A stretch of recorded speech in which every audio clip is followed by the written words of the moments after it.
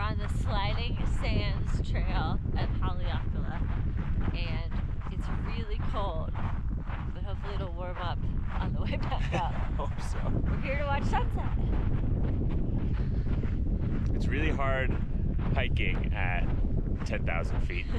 We feel the effects of the elevation, but we're taking it easy, trying not to go too hard and prolong ourselves for the sunset this evening.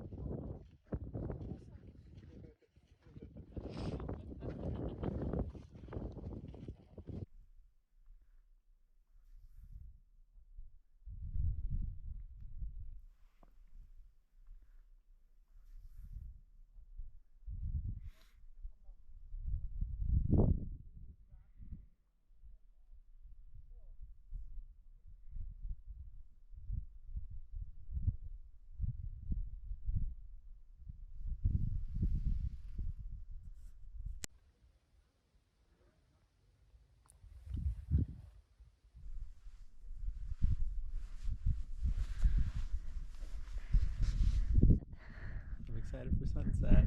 It's getting a little chilly out though.